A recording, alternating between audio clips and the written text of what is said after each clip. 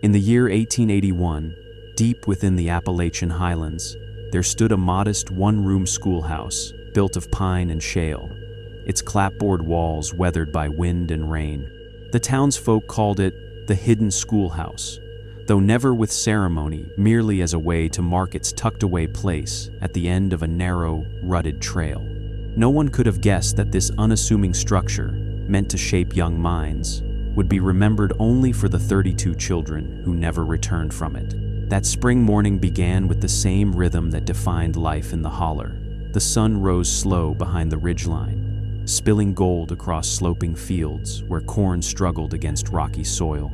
Smoke rose from chimneys as mothers stirred kettles of oats and fathers took to the timber roads with axe or mule. Families here were lean but proud, descended from Scots-Irish settlers who carried songs and superstitions into the mountains. Faith was woven into their work, and hardship was an inheritance passed quietly from parent to child. And yet, despite the weight of poverty and the looming shadow of coal barrens pressing into the valleys, the children's walk to school carried laughter, not sorrow.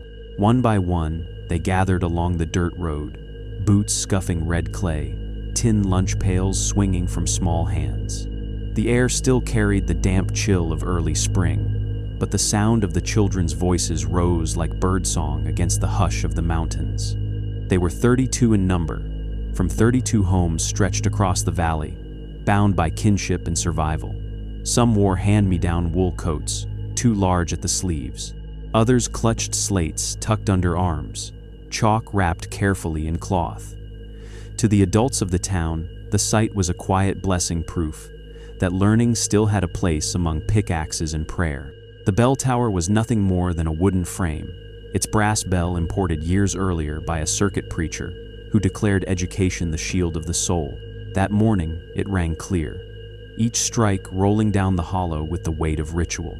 The teacher, a woman scarcely older than her pupils, stood at the threshold, watching them file in with a patient smile. Inside, the room smelled of coal smoke and chalk dust. The stove in the corner clanged faintly as it heated, a comfort against the lingering mountain cold. There was nothing outwardly remarkable about that morning's lesson. Hymns were sung in thin, earnest voices, their words rising toward the rafters where swallows nested. The alphabet was recited in turn, then sums scratched onto slates with childish scrawls. A faint draft whispered beneath the floorboards, carrying with it the scent of damp earth. Outside, the mountains loomed silent, their wooded slopes concealing stories older than the town itself. It was, by every measure, an ordinary school day, ordinary enough to lull an entire community into trust. Yet those who later spoke of it remembered details that felt heavier in hindsight. The way the children's voices seemed too loud in the morning air, as if the mountains were swallowing the sound. The way the bell echoed longer than usual, its final peal lingering like a warning. Even the teacher's handwriting on the board, half a word left unfinished, would later feel like a door left ajar. Parents went about their chores believing they would see their children again by sundown. They gathered kindling, churned butter, mended tools. At the post office, a handful of men debated coal contracts, while at the general store, women exchanged gossip over bolts of calico. No one imagined absence settling into their homes like a sickness. No one thought that the fields would fall silent of children's play, or that dinner tables would bear unfilled plates by nightfall. That morning bell marked the beginning of a lesson no book had written, no slate had prepared them for. It tolled as it always had, carrying across the ridge and into the valley, summoning the children into rows of desks polished smooth by countless restless hands. By noon, chalk dust still clung to the air. Sunlight still angled through warped panes of glass, and 32 children sat obediently in their places. But history would not remember what they learned that day. It would remember only that the bell rang once, and never again for them. The Appalachia of 1881 was a place where faith, fear, and folklore braided tightly together. Families clung to scripture as firmly as they clung to their mountain plots, and every unexplained silence was answered with a story, ghosts of miners, curses of the woods, omens and the cries of whippoorwills. Yet even in a land of superstition, no tale could have prepared them for what unfolded after that morning. For when dusk settled, the path home was empty, the hearths cold of laughter, and the hidden schoolhouse earned its name in a way no one would ever wish. By the time the sun slipped behind the ridge on that April evening of 1881, the first lanterns were already burning along the dirt paths that wound toward the schoolhouse. Mothers stood at gates, aprons still dusted with flour, peering down the road where their children should have appeared hours earlier. Fathers returned from the timber lines, shoulders stooped from labor, only to find silence where laughter should have been. At first, it was disbelief. Then, a rising dread spread like frost through the valley. The schoolhouse stood at the end of a narrow trail, hidden by trees and perched beside a shallow creek. Families gathered there at dusk, expecting to find the children still at their lessons. But the door was closed, the windows dark. No smoke rose from the stove. No murmur of voices carried through the thin walls. The bell rope swung slightly in the evening breeze, as if someone had touched it not long before. Parents called out names into the quiet, their words scattering into the woods, unanswered. When the door was forced open, the room met them with stillness. Desks remained in perfect rows, slates balanced neatly, chalk resting at the edge of the blackboard. The air held only the fading scent of coal smoke and pine sap. The silence grew unbearable. Lantern light flickered against the boards, casting the illusion of movement where there was none. Some swore they heard a cough, a laugh, the shuffle of a small foot, only to realize it was the echo of their own fear. Mothers clutched each other's arms, demanding the sheriff be summoned. Fathers stormed through the brush with axes and rifles, calling for their sons and daughters, as if sheer force of voice might draw them back. The creek was searched first, stones overturned in case small bodies had slipped beneath its shallow current. Nothing. By nightfall, the valley had erupted into desperate motion. Search parties fanned out in every direction, their lanterns glowing like fireflies against the mountainside. They combed the woods, shouting names into hollows that swallowed sound. They pressed into caves where cold air rose like the breath of the earth, fearing to find children huddled, or worse, still. Some followed the ridgeline, convinced the children might have wandered toward neighboring settlements. Others plunged into thickets, so dense the branches tore their coats, unwilling to let even an acre go unchecked. When no trace appeared, whispers began. The first came from a trembling widow who spoke of a wandering preacher seen weeks earlier, a man who preached in a fevered voice about innocence and sacrifice. Others recalled older warnings spirits said to roam the hollers, taking the young as payment for trespassing on ancient land. Coal men, too, were accused in low voices. It was known that barons sought cheap labor, and some swore the children had been taken for the mines. Every theory clung to the air like smoke, each darker than the last, none carrying proof. Inside the schoolhouse, the sheriff examined the scene by lamplight. The desks were untouched, slates filled with half-written sums, one lesson still chalked in neat script across the board: industry is the key to virtue. He ran his hand across the chalk, smearing the word virtue into dust. There were no footprints beyond the usual scuffs of children's boots, no blood, no torn fabric, no signs of struggle. Yet 32 bodies had simply evaporated. The sheriff's expression hardened. He knew the county would demand answers, and quickly, for fear bred chaos faster than truth. Meanwhile, families refused to leave. Lanterns burned through the night as they kept vigil outside the locked schoolhouse, praying aloud, bargaining with heaven. Some slept on the cold ground, waiting for their children as though dawn might bring them marching home. Others wandered the woods until exhaustion dragged them back, faces hollow with grief. The air became thick with hymns and sobs, verses whispered into the dark to soothe children who were no longer there to hear them. As the night deepened, so did the panic. A horseman from a neighboring town brought word of children disappearing in the past, taken by raiders or drowned in swollen rivers. His stories only fueled suspicion that something larger, older, was at work. Ministers thundered from porches that the valley was cursed for its sins, that God himself had called the children away. Fathers argued until fists flew, blaming neighbors for negligence or treachery. Fear turned the tight-knit hollow into a place of accusation, where every shadow hinted at betrayal. By dawn, the valley bore the mark of sleeplessness. Smoke still drifted from the vigil fires. Mothers' eyes were red and swollen, fathers' hands raw from clawing through earth and stone in their frantic searches. The schoolhouse remained unchanged, rows of desks like mute witnesses, the blackboard still bearing its final, unfinished lesson. Yet to those who entered again, the air felt heavier, as if it knew a secret it would never share. The community had been split open, faith shaken, bonds fraying under the weight of absence. 32 children had walked into that schoolhouse as they did every day.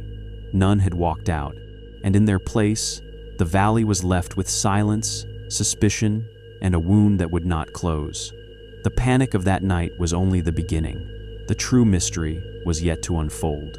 They forced the door at first light, the sheriff's men and a knot of fathers shoulder to shoulder, splinters flying as the lock gave way with a groan that sounded too human. Lantern soot smudged their cheeks. Their boots tracked dew and red clay across the threshold as if they were trespassers in a sanctuary. Inside, the one-room schoolhouse met them with a stillness that felt arranged, curated, as though the room had decided to pose for an autopsy. The stove in the corner was cold, its iron belly gray with ash. The coals had died sometime in the afternoon. No hand had fed them. 32 desks waited in orderly rows, each with the small signatures of childhood left behind an etched initial.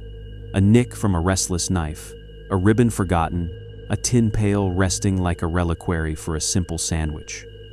Books lay open mid-lesson, spines propped, pages bristling with scraps of paper pressed in as makeshift bookmarks. On one slate, a boy's careful addition stalled at the last digit. On another, a girl had written her name 3 times, the last grown faint, as if the hand that made it were already slipping away. The sheriff took off his hat and stood for a long moment, listening. There is a kind of silence a church knows after the last hymn, a held breath before the doors are opened to daylight. This was not that. This was the hush that follows a vanishing the sound of absence, doing its slow work on wood and air. He motioned the men to fan out. "Touch nothing you don't have to," he said, voice hushed in spite of himself. They moved with the caution of grave diggers in consecrated ground. One man lifted a little cardigan, thumb finding the loose button a mother had promised to fix. Another fingered a length of ribbon, red as a prayer.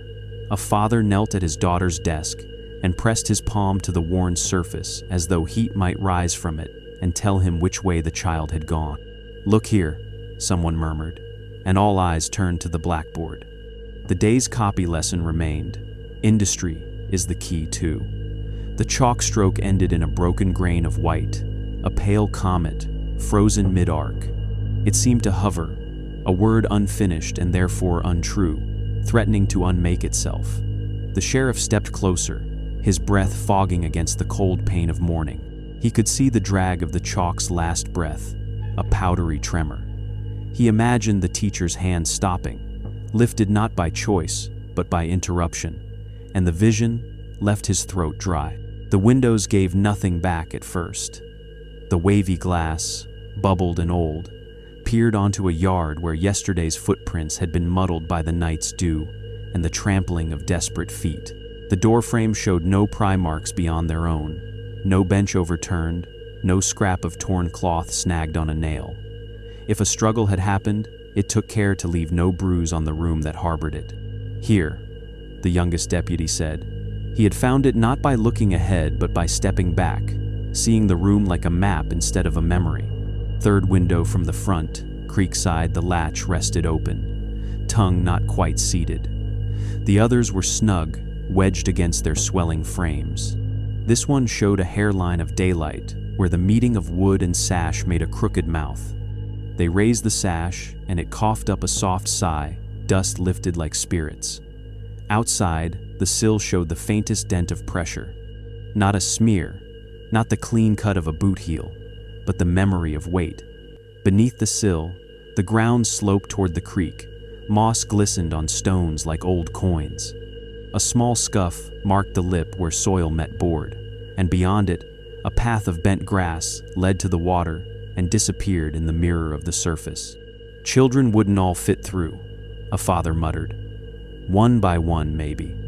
But why?" Another man answered with a story. "Because men tell stories when facts run thin. Raiders who lure the young with song. A preacher with pockets full of peppermint and a wagon that doesn't squeak. Spirits that walk the tree line and teach feet to move without sound." The sheriff let the words wash over him and kept his eyes on the latch, the small, almost polite detail of it, not broken, not forced, simply unlatched, as if a hand had remembered to lift it and then forgot to set it back. The teacher's desk offered its own ledger of the ordinary, a stack of graded copybooks tied with twine, a Bible, flyleaf inscribed in a neat feminine hand, a tin of chalk nubs in white and pale blue, a folded paper labeled "Arithmetic Prizes," 5 pressed violets tucked inside to mark a spring not yet claimed by frost. In a small drawer, the sheriff found the bell rope's spare length, coiled and tidy, smelling faintly of hemp and pine. Nothing in the drawer shouted. Everything whispered that life had been underway and expected to continue. They took inventory because investigation needs ritual as surely as grief does. 32 desks, 32 slates, 32 readers, some McGuffey, some borrowed. 32 pegs along the back wall, not all crowned with coats. Names were spoken into the air as if to summon bodies. Ruthie, Eli, May, Thomas, Sarah, Caleb. With each name, the room seemed to sink a fraction, the boards learning the measure of how many would not step here again. The sheriff sent 2 men along the creek, 2 to trace the ridge, another pair to ride for the neighboring towns. He kept 3 with him, and the fathers who would not leave. And together, they measured the window with string, paced the distance to the tree line, tested the floor for loose boards. One plank near the teacher's desk gave the tiniest shift under heel. They pried it up with a chisel and found nothing beneath but the earth's dark breath, damp and cold. No passage, no cache, only the sobering truth that the ground had nothing to offer. The room began to change in their sight as the morning wore on. At first, it was a scene of learning paused. Then it became, irrevocably, a kind of chapel. The desks took on the shape of biers. Each seat suggested a vigil not yet ended. Desks like coffins, waiting for bodies that never returned. The line came to the sheriff unbidden, and once it formed, he could not unknow it. He turned away from the blackboard and found his reflection in the window pane, thinner than he remembered, haunted by the neatness he could not trust. A faint sound drifted in the creek, talking to its stones, a bird scolding, the far-off call of a man searching. He wrote in his notebook with the flattened pencil he kept behind his ear. No signs of struggle, no blood, no torn fabric, one window unlatched. The words looked false in their simplicity. He underlined the last sentence twice, not because it screamed, but because it refused to. By noon, the light had shifted and laid pale ladders across the floor. Dust motes climbed and fell in them, like prayers rising and fading. The men removed their hats again without meaning to, and one of them began to hum a hymn under his breath. It felt wrong to speak loudly now. The sheriff replaced the loose board, pressed it down until it seated, and set the cardigan and ribbon back where they had been. They closed the window but left the latch as they found it open, like a testimony that did not care whether it was believed. When they finally stepped into the yard, the schoolhouse exhaled behind them, boards ticking as the day warmed. In the clearing, mothers waited with faces scrubbed raw by tears, and fathers stood inside their own silence, hands empty of answers. The sheriff lifted his head and looked at the ridgeline, at the trees that had watched children come and go for years, and he knew 2 things with the certainty that anchors men in storms: that nothing in that room was accidental, and that whatever had happened there understood the value of leaving everything in its place. He closed his notebook, slid the pencil back behind his ear, and gave the order the valley dreaded and demanded in the same breath. We search again, every trail, every cave, every bend of the river, and we keep the schoolhouse as we found it. This is a scene now. He did not say crime, he did not have to. The bell rope stirred at a wind no one felt, and the room behind him held its pose, a tableau of learning turned reliquary of loss, waiting for the story that would not come. By the fourth night after the disappearance, the holler was swollen, not with voices of children, but with rumor. Lanterns burned late in every cabin, smoke rising into a sky thick with dread, and the silence that blanketed the valley was broken only by whispers. The schoolhouse, chained and boarded, had become the axis of terror, but the stories spun outward, tangling the entire community in speculation. The elders were the first to speak, women whose memories stretched back beyond the war, who carried in their bones the oldest mountain tales. They warned that this was the work of the Holler Man. His name had haunted Appalachian firesides for generations, a shadow figure said to stand at the tree line with a lantern, collecting children who strayed too far from hearth or hymn. Some claimed he was the spirit of a forgotten settler who had lost his own family to hunger, and now roamed eternally, gathering children to replace what death had taken. Others said he was older than any settler, a presence born of the forest itself, a guardian turned predator. Mothers, clinging to any story that gave shape to their terror, repeated the legend as both warning and lament. But not all placed blame on spirits. In the glow of lantern light, men spoke with low voices of coal barons, expanding their reach into every valley. The companies needed hands, cheap, small, pliable hands, to crawl into the narrow seams of rock. What if the children had been taken for labor, stolen into wagons under cover of night? Fathers recalled hearing wheels on the ridge weeks before, the sound of iron-shod hooves striking stone. Suspicion took root quickly. Perhaps the coalmen had bargained with silence, their wealth heavy enough to buy the absence of 32 lives. Others turned their eyes toward strangers. A peddler had passed through the month before, selling penny trinkets and peppermint sticks to the children. His face was remembered differently by every witness. Some said he was pale, others swore his eyes were sharp as coal dust, but all agreed he had watched the children too closely. The wandering preacher, too, became a figure of suspicion. He had preached damnation more than salvation, his voice trembling with talk of sacrifice and fire. Where was he now? The valley demanded. And what had he done with the little ones who listened to him too closely? On Sunday, the church swelled with desperate families, and the minister thundered from the pulpit. This, he declared, was God's punishment for mountain sins, for the whiskey brewed in hidden stills, for the Sabbath broken by plows, for the pride of men who trusted their strength more than their maker. His voice cracked against the rafters, but instead of binding the community together, his sermon cut it deeper. Some wept openly, convinced their own sins had drawn God's hand against their children. Others cursed him as a blasphemer, unwilling to believe in a God who would swallow 32 innocents for the failings of their elders. Fear divided the valley like a blade. Lawmen spoke of evidence, of tracks and windows unlatched, while mothers murmured of omens in the cries of owls and the stillness of the creek. Fathers sharpened axes, vowing to strike down kidnappers, while grandmothers placed salt at thresholds to keep spirits from entering. Superstition collided with law until even the sheriff felt the ground shift beneath him. Each theory fed the next, none answering the simplest question: where had the children gone? By lantern light, the holler became a hive of argument.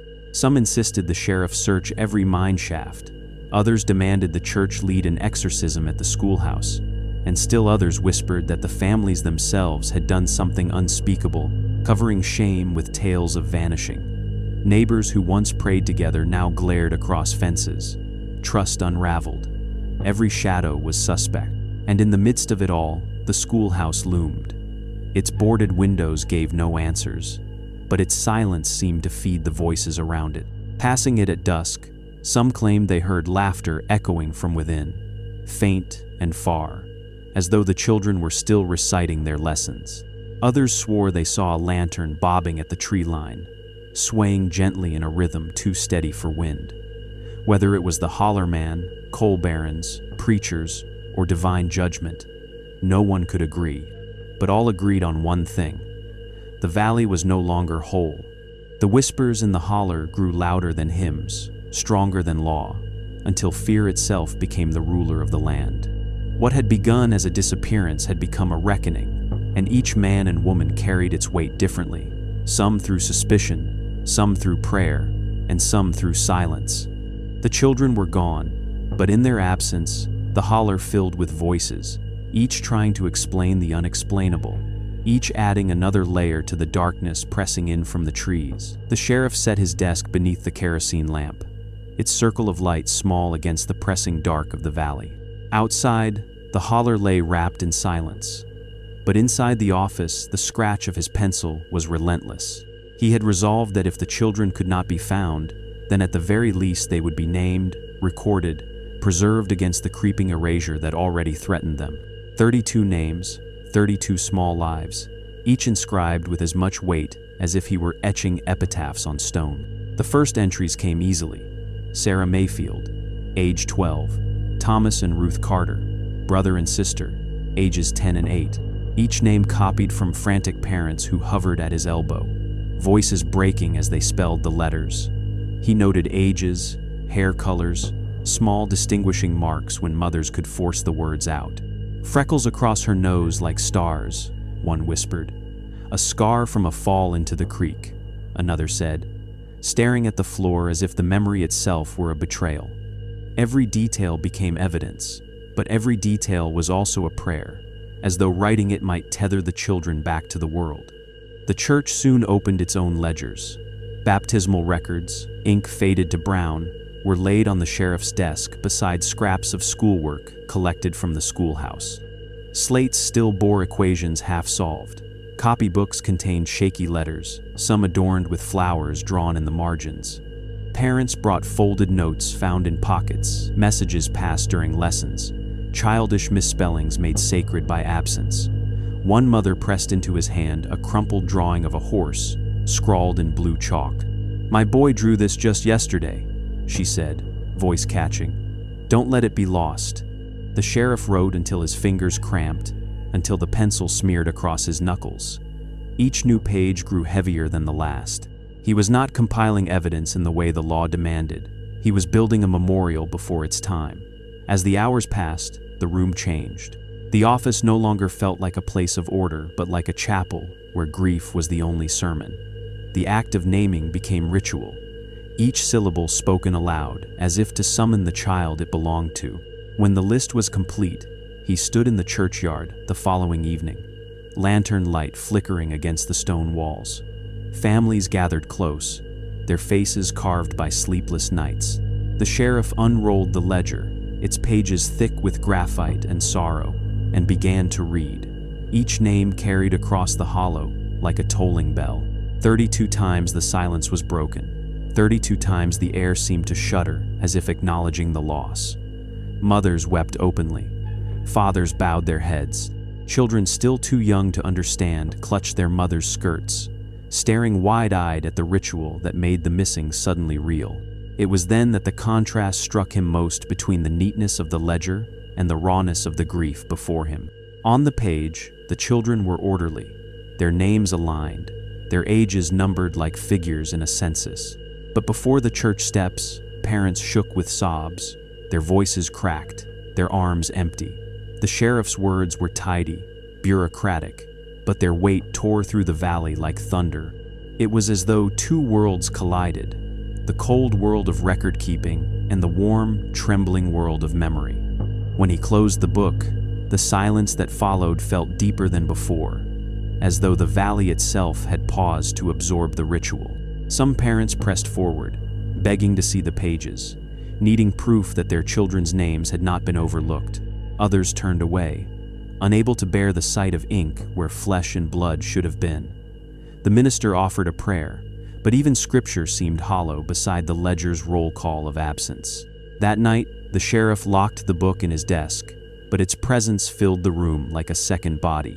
The list was meant for evidence, a tool of investigation, yet it had become something else.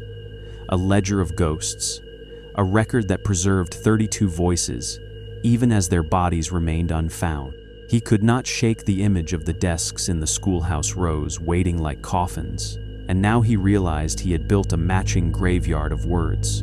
From that day on, whenever he reopened the book, he read the names aloud, even when no one else was there to listen. It was not duty, but compulsion, as though the valley demanded that each child be called again and again, so they would not slip into the silence that hung over the holler. And so, the ledger grew heavier, still not with more names, but with the weight of memory, preserved against the erasure that time and fear threatened to impose. The children were gone, but on those pages they remained 32 lives lined in graphite, fragile as breath, enduring only because the sheriff had written them down. The schoolhouse had been sealed since the day the children vanished, its door chained by the sheriff's order, its windows nailed shut against intruders. Yet when the boards creaked open again for a second inspection, the silence inside seemed heavier, as though the building had learned to keep its secrets. Dust lay across the desks like a burial cloth, and the faint scent of coal smoke lingered still, clinging to the timbers as if it had never dispersed. It was there, in the dim corner near the teacher's desk, that one of the deputies discovered a hollow sound beneath the floorboards. They pried carefully, levering up a plank warped by years of damp. Beneath, wrapped in oiled cloth gone stiff with age, lay a leather-bound journal. Its cover was cracked, corners softened by use, but the binding held. When the sheriff lifted it into the light, he felt the unmistakable weight of confession. The teacher's hand had been precise, the entries arranged in tight script, each date inked with a steady hand. Here was not the record of a single day's lesson, but of many days, hidden where no casual glance could reach. The first pages read like any schoolteacher's diary, accounts of children's progress, notations on behavior, reminders of scripture recitations and spelling drills. But woven into the ordinary were darker threads, observations too uneasy to ignore. Weeks before the disappearance, the teacher had written of a figure at the edge of the tree line, always at a distance, watching. At first, she dismissed it as a hunter, a neighbor crossing land. But the figure returned again and again, never straying closer than the woods, never showing his face. He waits, one entry read. Not like a man at rest, but like a man with purpose. Another note, written in a hurried hand, described how some of the children claimed they heard whistling from the forest during recess, a tune none of them recognized. The teacher had tried to laugh it off, but she wrote of her unease. The tune was faint, carried on no wind she could feel. The children's games faltered when the sound came, their eyes darting toward the trees. The entries grew shorter, sharper, as though fear quickened her pen. Again today, he was there. He never moves. The children no longer notice, but I cannot unsee him. The sheriff traced the words with his finger, his jaw set tight. Each line carried the weight of testimony never spoken aloud. The teacher had hidden her fear as surely as she had hidden this book, keeping both from parents who might have called her superstitious, from ministers who might have dismissed her with scripture. Then came the entry from the final morning. The ink was darker, the strokes uneven, as though the pen shook in her hand. The words were simple. Today, he waits closer. No elaboration, no plea. Only that single line, written just hours before 32 children vanished. The sheriff read it aloud in the empty schoolhouse, and the men who stood with him shifted uneasily.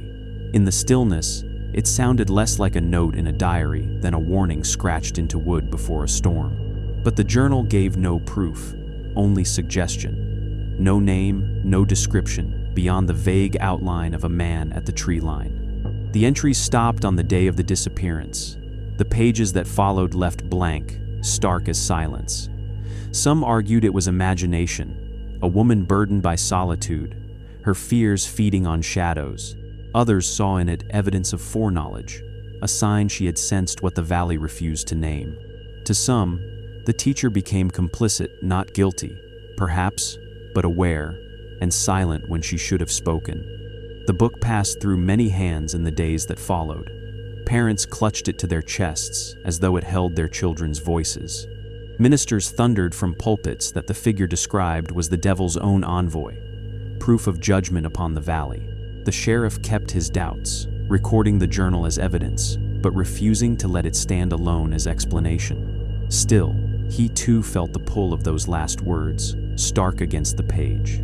Today, he waits closer. At night, the journal seemed to haunt the sheriff's desk as much as the ledger of names. 2 books, one of lives taken, the other of dread, recorded. Together, they told a story that could not be proved but could not be denied. And always the schoolhouse lingered in his mind, the rows of desks like coffins, the chalk stroke unfinished, and beneath the floorboards, the voice of a teacher who had seen too much.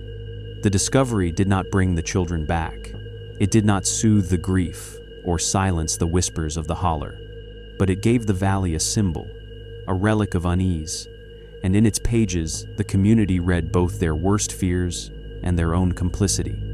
The children were gone, the desks empty, but the teacher's words remained, sharp as nails hammered into the coffin of silence. Today he waits closer. The creek that ran behind the schoolhouse had always been a companion to the valley, its waters shallow but insistent, winding through mossy stones and whispering underfoot bridges. In spring it swelled with snowmelt, and its surface gleamed silver when the moon struck it just right. Now, in the days after the children vanished, it became something darker, a mirror for fear, a vessel for rumor. Every ripple seemed to conceal an answer. Every eddy suggested it might be carrying secrets downstream. It was on the 3rd morning of searching that a cry went up from the men along the bank. Lanterns and rifles converged as one of the fathers pulled from the water a strip of blue calico, sodden and heavy. Another man waded knee-deep and lifted out a smaller scrap, a child's sleeve torn at the seam. Gasps carried down the creek bed. Mothers rushed forward, clutching the wet fabric with trembling hands. "This is hers, this is my Ruthie's dress," one wailed. Others insisted they recognized familiar stitching, colors worn by their own. The creek that had been a trickling companion now became, in their eyes, a grave. Word spread faster than the water itself. Within the hour, half the valley gathered at the banks, searching for more.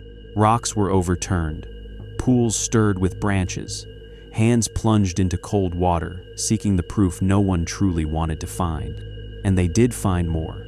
A strip of gingham, a hem torn unevenly, a button dull with rust. Each discovery brought cries of recognition, accusations flung skyward, prayers muttered through clenched teeth. By nightfall, a small pile of wet fabric lay on the grass, lit by torches, looking for all the world like the remnants of a slaughter. The sheriff examined each piece with his tired eyes.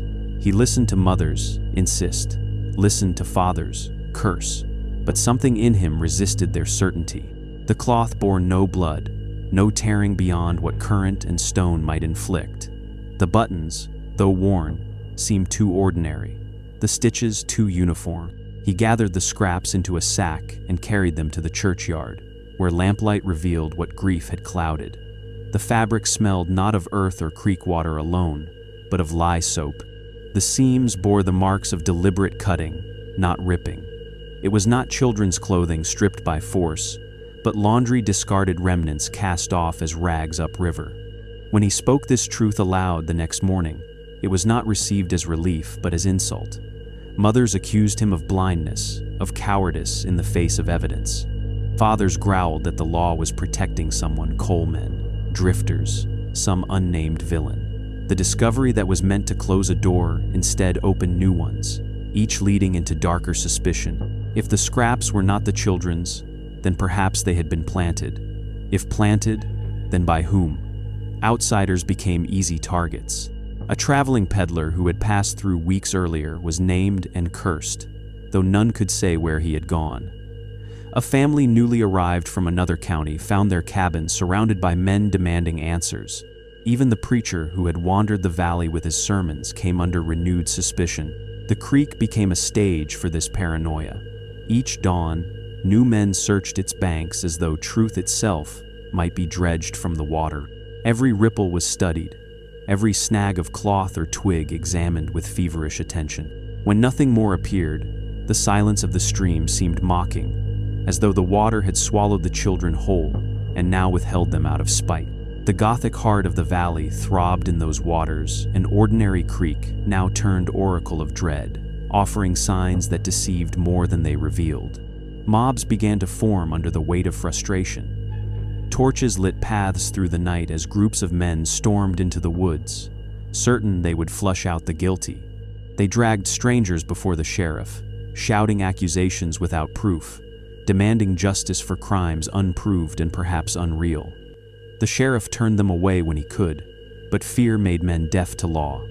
One night, a barn was set alight on suspicion alone, its flames staining the valley sky red as blood. The family who owned it fled into the hills, their innocence irrelevant to the mob's hunger for retribution. And still the creek whispered, winding through the hollow as it always had, indifferent to the grief and fury it inspired. The scraps of fabric, once thought to be the children's final shroud, were revealed as nothing more than cast-off laundry. Yet that revelation brought no peace. Instead, it fed the valley's paranoia, twisting their mourning into suspicion, suspicion into violence. A misplaced clue had become a curse, drawing the community deeper into its own darkness. By the end of that week, the sheriff could not look at the creek without unease. Its waters no longer sang of spring, but murmured of false leads, of grief misdirected, of truth forever slipping from reach. He wrote in his notebook, "Fabric in creek laundry only, no proof." But the words looked hollow against the rising frenzy around him. To the valley, the creek had already spoken, and no man could silence its voice. By midsummer of 1881, the valley's grief had hardened into something more volatile. The frantic searches had slowed, the creek had given up its false clues, and the hollow promise of folklore no longer soothed. Families, gaunt with loss, turned their sorrow into petition. They gathered at the courthouse in the nearest town, a procession of widowed mothers, hollow-eyed fathers, and siblings too young to understand, but old enough to be scarred by absence. Their demand was simple: a trial, an investigation, an acknowledgement that 32 children had not simply wandered into myth. The courthouse stood with its whitewashed columns and iron bell, a building that symbolized order to the county. But to the families who climbed its steps that day, it seemed less a place of justice than a fortress designed to keep them out. They carried with them the sheriff's ledger of names, the teacher's journal pulled from beneath the floorboards, the fabric scraps once mistaken for evidence. Each item was laid on the clerk's table, as if to weigh the room down with truth. The parents spoke in turn, their words braided with desperation. Do not let them vanish twice, once from this earth, and again from the record. For a moment, the courthouse trembled with their voices. Yet the judge, a gray-bearded man whose black robe carried the smell of ink and dust, listened with an expression that did not change. When at last he spoke, his verdict fell like a gavel, though no gavel was raised. "There is no evidence," he declared, his tone as flat as paper. "No bodies, no culprits, no crime that can be tried. The matter cannot proceed before this court." The words struck like a blow. Mothers cried out as though it were their children pronounced dead. Fathers shouted, fists clenched, demanding to know how absence itself was not evidence.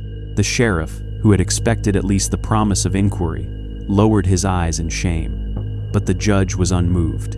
His dismissal was written before it was spoken, and all in the room felt it. The court's silence was not ignorance, but intent. Whispers spread quickly through the benches. Coal money. The barons who had carved their empire into the mountains did not want scandal reaching the newspapers, nor rumors that valleys under their eye could swallow children whole. The county thrived on coal contracts, and to suggest that foul play had touched a mining region was to threaten profit. Better to smother the story beneath official silence than let it grow teeth in the press. Better for the children to vanish from record than for investors to glance too closely at Appalachia's shadows. Some swore later they had seen a man in a coal company waistcoat, speaking with the judge before the session. Others claimed deputies had been warned not to dig too deep, that mines paid more than grieving parents ever could. Proof was never given, but proof was not needed. In the holler, everyone knew influence when they saw it. Justice had been purchased, and silence had been made law. The families did not go quietly. They gathered outside the courthouse, chanting the children's names as if summoning them from stone. A mother fainted on the steps, clutching the sheriff's ledger to her chest. A father tore his petition to shreds, scattering it across the square like confetti at a funeral. But the windows above remained shuttered, and the judge did not return. The courthouse bell rang noon, drowning their cries with mechanical indifference. When they returned to the valley, it was as though a second disappearance had occurred.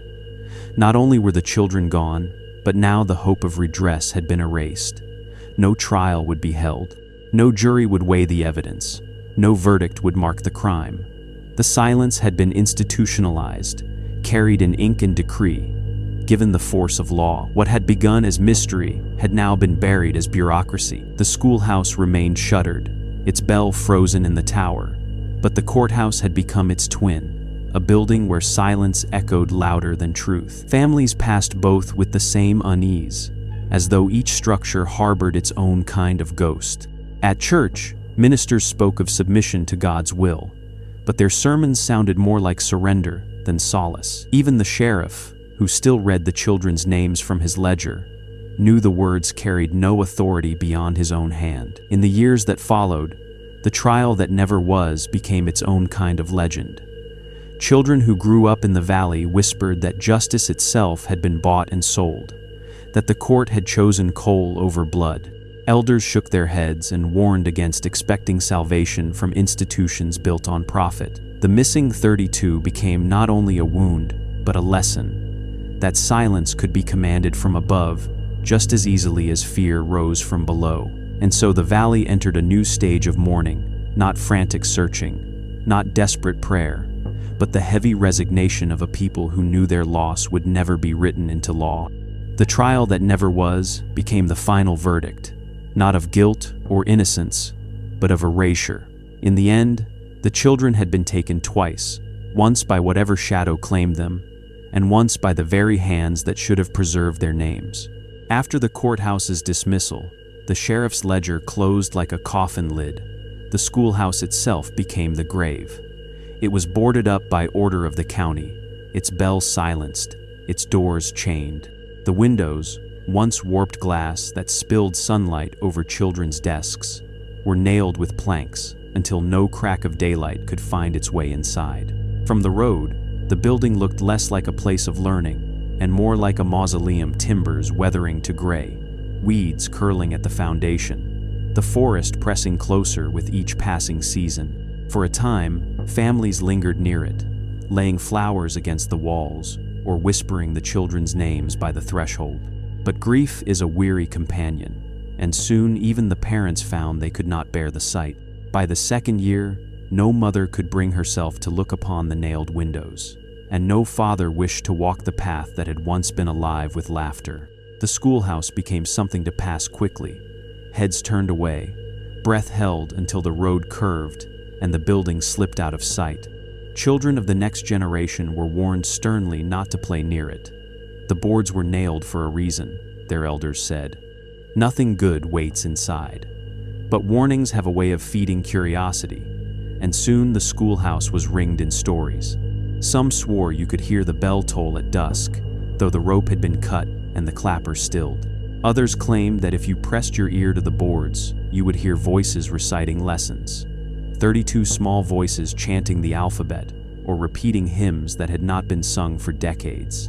The bravest or the most foolish said that chalk still wrote itself on the blackboard. They told of white letters appearing across the slate, though no hand touched the chalk, words that began with prayers and ended with pleas. Help us. Still here. He waits. No one could prove these stories, but no one dared to disprove them either. Fear has its own momentum, and soon the sealed schoolhouse stood as a monument not only to loss, but to dread. The building began to take on its own atmosphere, a presence that weighed on those who passed too near.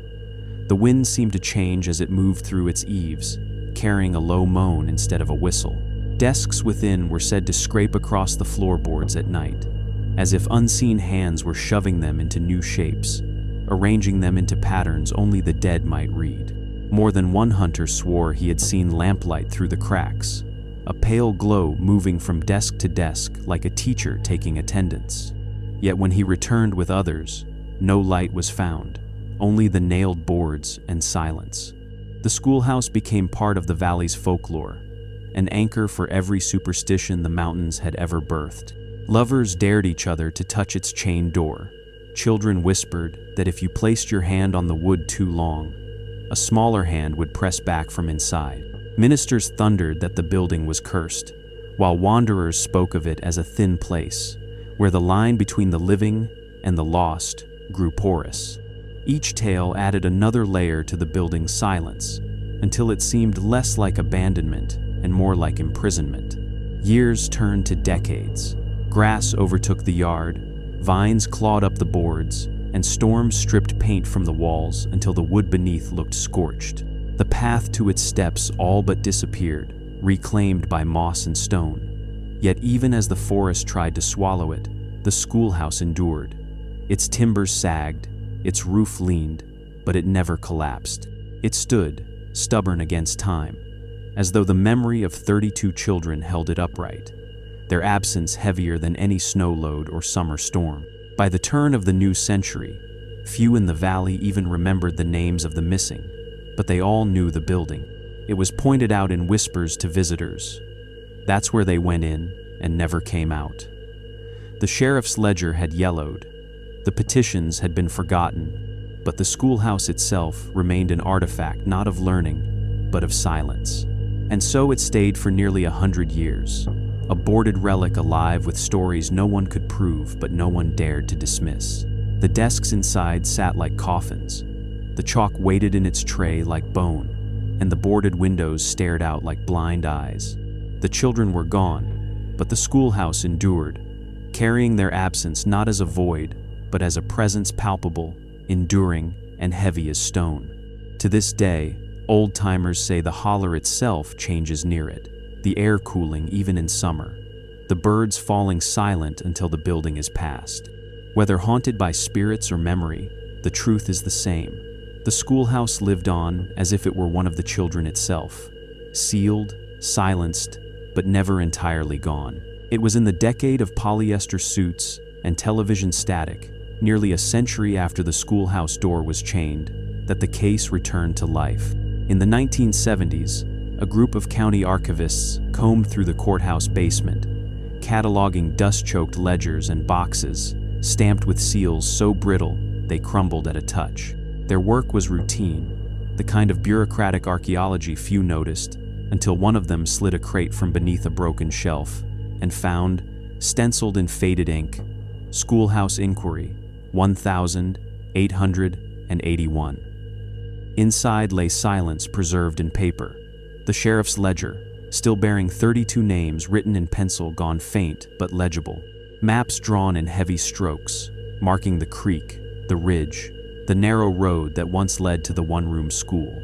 A leather-bound volume wrapped in oiled cloth, the teacher's journal, its entries still sharp, its final line as chilling in that fluorescent-lit basement as it had been beneath the floorboards. Today he waits closer. The archivists, unaccustomed to anything beyond property, deeds, and tax receipts, froze over the discovery. Word spread quickly, traveling from the courthouse basement to the local paper, and soon to state headlines. By the time the story broke, the valley's silence had been shattered by modern ink. The hidden schoolhouse of Appalachia, 32 children who never returned. Reporters descended upon the town like crows, their flashbulbs stark against the holler's gloom. Microphones were thrust under the chins of anyone old enough to claim a memory of the tale. Gray-haired residents repeated what their parents had whispered. The holler man at the tree line, the false clues in the creek, the trial that never was. Younger voices admitted they had grown up, avoiding the boarded structure, their childhoods hemmed in by stories of chalk writing itself on the blackboard. Television crews filmed the schoolhouse itself, still standing in decay, its planks warped and windows nailed shut. What the valley had tried to forget was suddenly cast in living color across the state. For the first time in nearly 100 years, the story of the 32 was no longer confined to folklore. It was evidence, intangible and unsettling, resurrected by files no one had expected to see again. Scholars seized upon the mystery with a hunger sharpened by time. Folklorists called it the finest example of Appalachian legend, a community knitting grief into myth until the two could not be untangled. They spoke of the Holler Man as a cousin to European bogies, brought over by settlers and grafted onto mountain soil. Historians, however, eyed the files differently. They pointed to the sheriff's meticulous ledger, the petitions stamped and denied, the judge's dismissal. To them, it was no ghost story, but a record of systemic erasure, a case buried because coal profits outweighed children's lives. And then there were others, less bound by academic caution, who saw in the rediscovered files proof of something darker still, a mass abduction, perhaps by traffickers seeking cheap labor. Some even whispered of government experiments, linking the teachers' journal's strange entries to fears of secret programs no one would name aloud. In the charged air of the 1970s, with its mistrust of authority and fascination with the paranormal, the schoolhouse found new life as a cultural mirror, reflecting whichever fear a person carried. The clash of interpretations spilled into print. One magazine declared it America's forgotten mass disappearance, placing it beside cases of vanished colonists and missing planes. Another dismissed it as nothing more than rural hysteria, a tale inflated by grief and sharpened by folklore. Letters poured in from readers across the country, some demanding justice at last, some insisting they had seen the schoolhouse themselves and heard the bell toll when no rope swung. In the valley, however, the rediscovery cut deeper.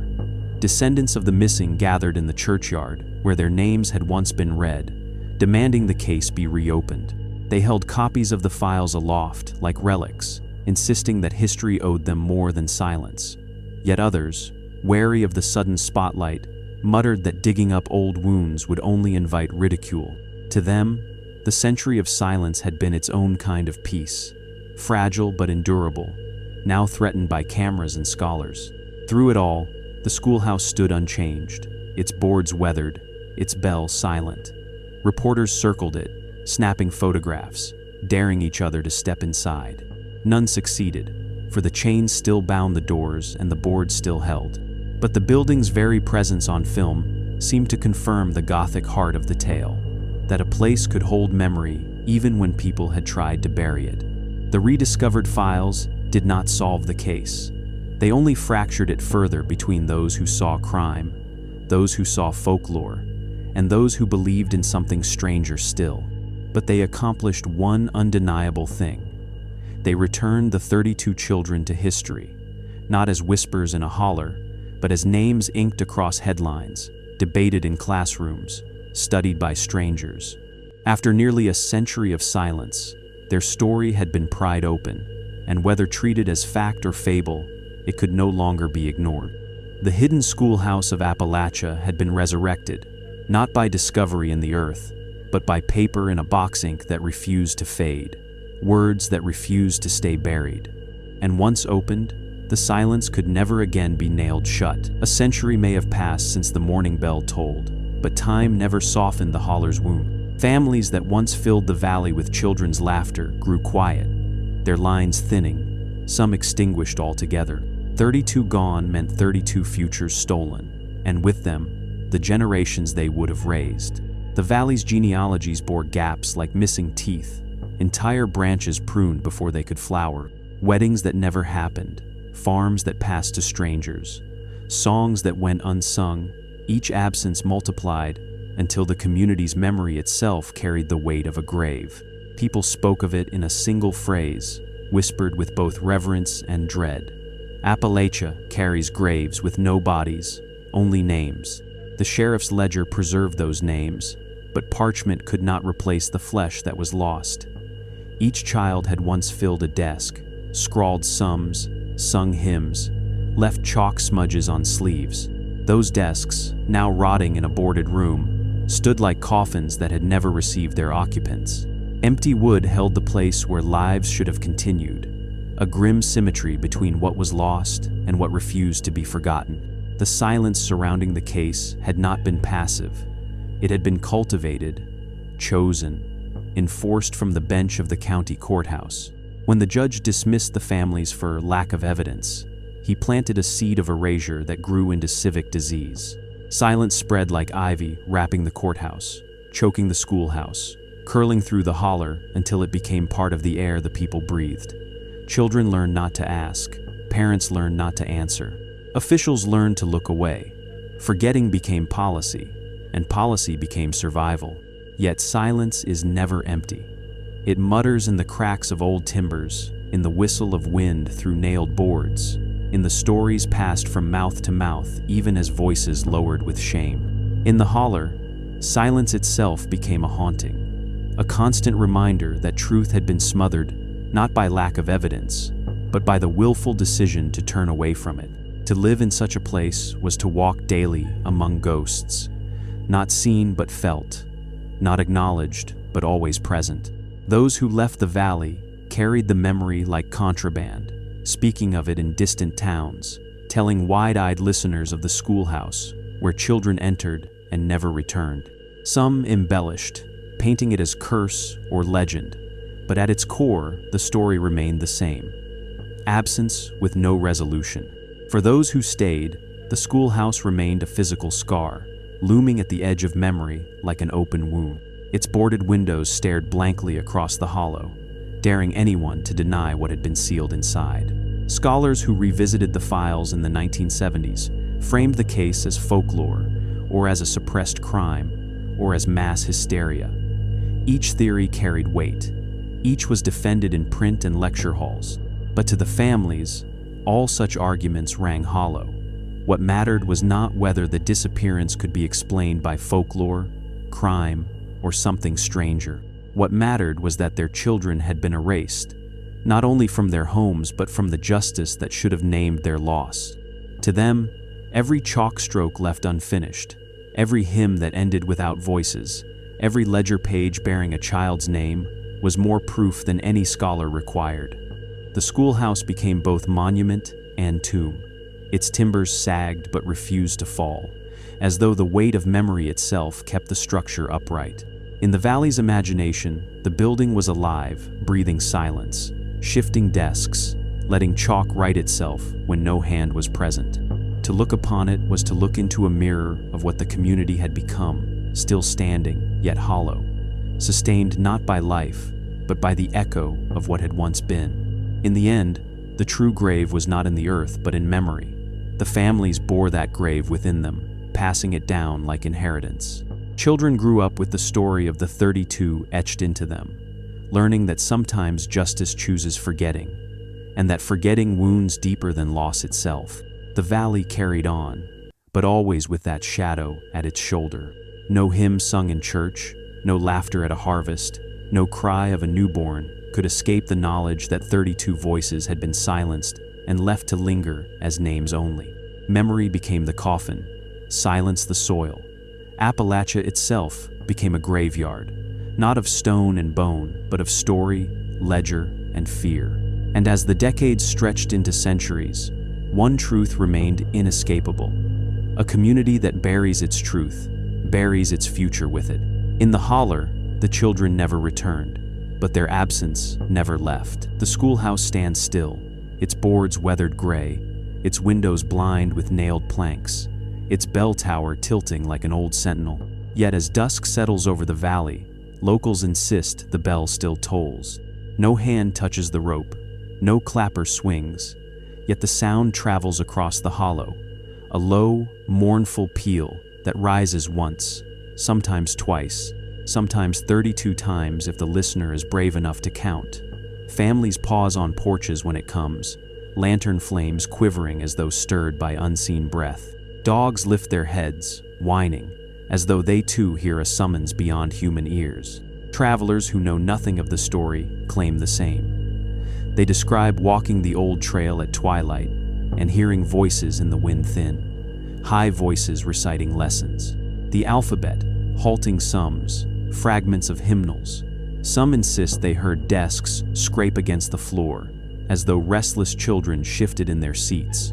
Others swear they glimpsed pale shapes through the cracks of the boarded windows, rows of small heads bent over slates, a teacher's shadow pacing between them. And always, the bell, its iron throat long silenced by law, somehow ringing still. The valley has turned that haunting into ritual. Each year, on the anniversary of the disappearance, townsfolk gather in the churchyard. A new sheriff reads from the same ledger, first inked in 1881. The names are spoken aloud, one by one, as lanterns flicker against the trees. Sarah Mayfield, Thomas Carter, Ruth Carter, 32 names tolling like bells in the dark. Families weep, though generations now separate them from those who vanished. Children fidget, staring wide-eyed at the shuttered schoolhouse, learning once more what silence costs. No graves mark the children's resting place. Stones in the cemetery bear the names of parents, cousins, neighbors, but not the missing. Their absence remains a wound without marker, an emptiness made visible only by the act of speaking their names.